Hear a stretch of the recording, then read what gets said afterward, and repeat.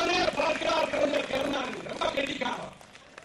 ஆஹா, இந்த அனுதாபமும் ஆத்திரமும் காங்கிரஸ் மீது திரும்பி விடுமோ, காங்கிரஸ் காணாமல் போய்விடுமோ தேர்தல் என்று கருதி அவருக்கே உரிய சாமர்த்தியத்தோடு ஒரு கடிதத்தை அவரே தயாரிக்க வைத்து அந்த கடிதம் வந்ததாக உளவுத்துறை மூலமாக 8 கால செய்தியாக்கி கலைஞர் கருணாநிதிக்கு கொலை மிரட்டல். அதில் விடுதலை புலிகளினுடைய முத்திரை பதித்த கடிதத்தில் கொலை மிரட்டல். பாவிகளே, இதை துரோகம் செய்வீர்கள். அன்று என்னை கட்சியிலிருந்து நீக்குவதற்கு இதே குற்றச்சாட்டை சொல்லி புலிகளால் ஆபத்து என்னை கட்சி விட்டு நீக்கிறீர்கள். அன்றும் ஈழத்து தமிழர்களுக்கு துரோகம் செய்தீர்கள். இந்த நேரத்தில் தமிழக மக்கள் கொதித்துக் கொண்டிருக்கிற நேரத்தில் கலைஞர் கருணாநிதிக்கு கொலை மிரட்டல் என்று 8 கால செய்தி போட வைக்கிறீர்களே, போட வைக்கிறீர்களே. அதுவும் என்ன குற்றச்சாட்டு? வெறுமாகத்தில் வெறும் தீவிரவாதிகள் என்று சொல்லவில்லை. விடுதலை புலிகளின் முத்திரை பொறித்த கடிதத்தில் இந்த கொலை மிரட்டல் வந்தது. அவர்களே படித்து கொண்டிருக்கிறார்கள். மரண பூமியில் போராடி கொண்டிருக்கிறார்கள். தாய் தமிழகமே எங்களுக்கு கரம் கொடுக்க மாட்டாயா என்று இங்கே ஏற்க விதிகளோடு திரும்புகிறார்கள். ஏன் அப்படியே ஒரு கடிதம் எவனாவது பம்புக்கு காங்கிரஸ் தரப்பிலோ அல்லது ராஜபக்சே தரப்பிலோ கருணா தரப்பிலோ இப்படி எழுதி அனுப்பியிருந்தால் வெளியே சொல்லலாமா? நீங்கள் இதை அறிவிக்கலாமா? இப்படி ஒரு கடிதத்தை நீங்கள் வெளியிடலாமா? இதற்காகவா தமிழ் என்று 5 முறை இந்த தமிழக மக்களுக்கு நீங்கள் முடிசூடுகின்ற பதவியை, முதலமைச்சர் பதவியை பெற்றீர்கள். மரண படுக்கையில் இருந்து போது கூட புரட்சித் தலைவர் எம்ஜிஆர் அவர்களை பாதுகாக்கத்தானே துடித்தார். நம்முடைய நடராஜன் அவர்கள் ஒரு கருத்தை சொன்னார்கள். மறுத்து சொல்வதாக கருதக்கூடாது.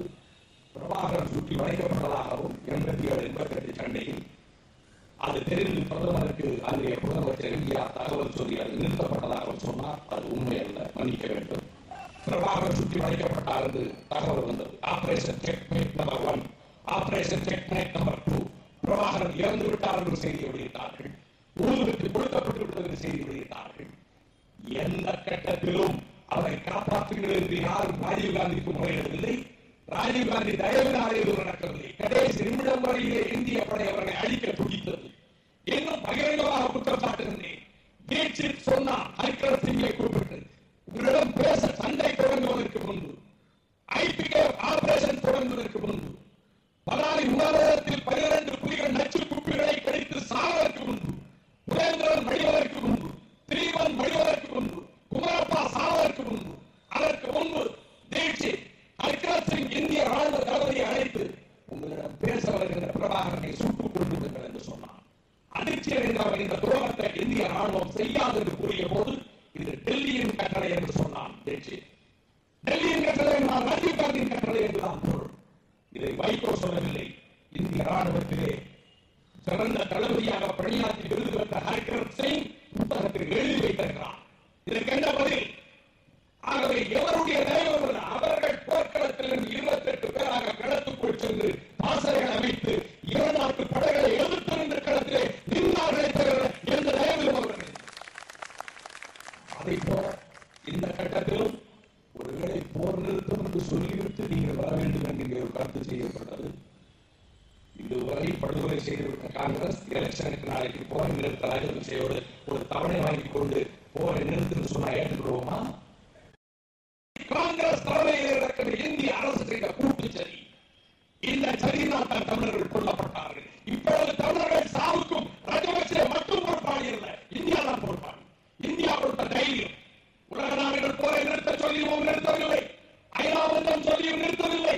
இந்தியா இந்த போரை இயக்கிக் கொண்டிருக்கிறது. ஆகவே தாய் தமிழகத்து தமிழர்களே, இன்றைக்கு வீதிக்கு வந்து போராடுங்கள் என்று சொல்லுவேன். இந்த கடல் எவ்வளவு நாட்களுக்கு தடுத்து வைக்கும்? என்ன செய்யலாம்? சில பத்திரிகைகள் நெடுமாறன் ஓட்டை படகிலே சென்றாரே போய் பார்க்கட்டும் என்று ஒரு பத்திரிகை கிண்டல் செய்யலாம். நான் அந்த பத்திரிகைக்கு சொல்லுவேன், தீக்குளிப்பு சம்பவங்களையே நீங்கள் கொச்சைப்படுத்தி காட்டுக் கொடுத்தவர்கள், தீக்குளிக்கின்றவரையே நீங்கள் கொச்சைப்படுத்துகின்றவர்கள். தமிழர்கள் இன்றைக்கு இருக்கின்ற தமிழர்கள் எங்களை போல இந்த இளைஞர்கள் நாளைக்கு இருக்க மாட்டார்கள். அர்ஜென்டினாவிலே பிறந்த செக்குவாரா கீபாவிலே போராடலாம் என்றால் ஒப்புள் கொடி உறவுள்ள இந்த தமிழகத்து இளைஞர்கள் நாளைக்கு கடல் தாண்டி சென்றால் என்ன தவறு? அங்கு சென்று ஆயுதம் என்றால் என்ன தவறு?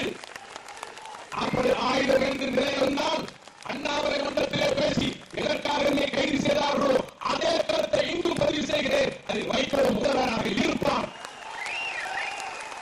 காங்கிரஸ் காங்கிரஸை, டெல்லியிலே ஆட்சியில் இருந்த காங்கிரஸை, அதற்கு உரிய தண்டனை மக்கள் வழங்குங்கள். தேர்தல் மக்கள் இன்னொரு பக்கம் என்றைக்கும் தமிழ் ஈழ மக்களை காக்க நாங்கள் காலத்திலே இருப்போம். இளைய தமிழர் பாதுகாப்பு இயக்கம் இருக்கும். அவை தாய் தமிழகத்து மக்கள் கொதித்து எழுந்ததை இந்திய அரசு இப்போதாவது நினைத்து நீ நடத்துகின்ற இயக்க நிறுத்தத்தை நிறுத்த சொல், ராஜபக்சே நிறுத்த சொல். இல்லையே விளைவுகள் விபரீதமாக இருக்கும். இந்தியா என்ற ஒரு தேசம் ஒரு தேசமாக இருக்க